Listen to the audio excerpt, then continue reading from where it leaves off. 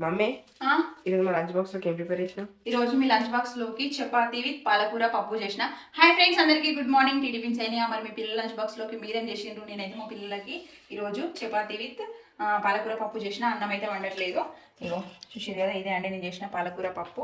నిన్న మేము గులాబ్ జామున్ చేస్తే అవి కాస్త రసగుల్లలు అయినాయి, ఎందుకంటే దాని పాకం తక్కువైపోయింది. ఫైవ్ నీకు దగ్గొచ్చింది నైట్, నాకు 4 తమ్ముడికి 4 మీకు 4 సరేనా? ఓకే. ఇవి రసం ఇంకో